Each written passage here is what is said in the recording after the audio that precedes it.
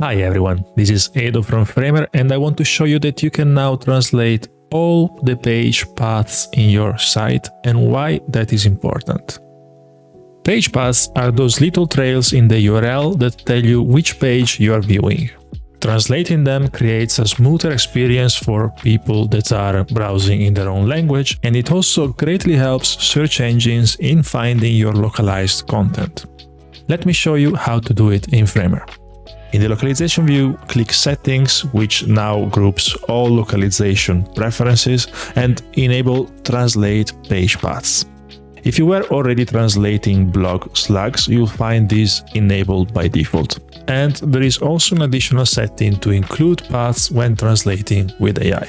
On save, you'll notice that the paths are appearing in the localization table, but you can also translate them directly from the canvas. Let me show you how. If you head to the page panel, you'll notice a new control to switch locale from. Let me pick the Italian one, and while viewing this locale, if I go to a page and right-click, I can rename in Italian.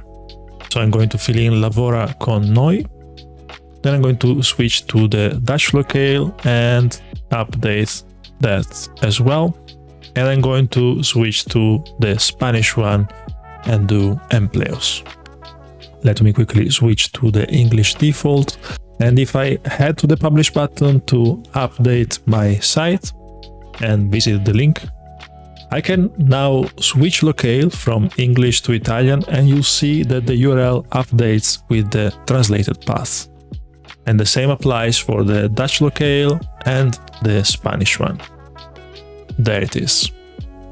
As an extra detail, we also made sure to let you know if you or your translators accidentally create page conflicts, making this extra safe for everyone to use. Now, with this feature, you can finally translate every single piece of your site, including URLs. Give it a try, let us know how it goes, and see you next time.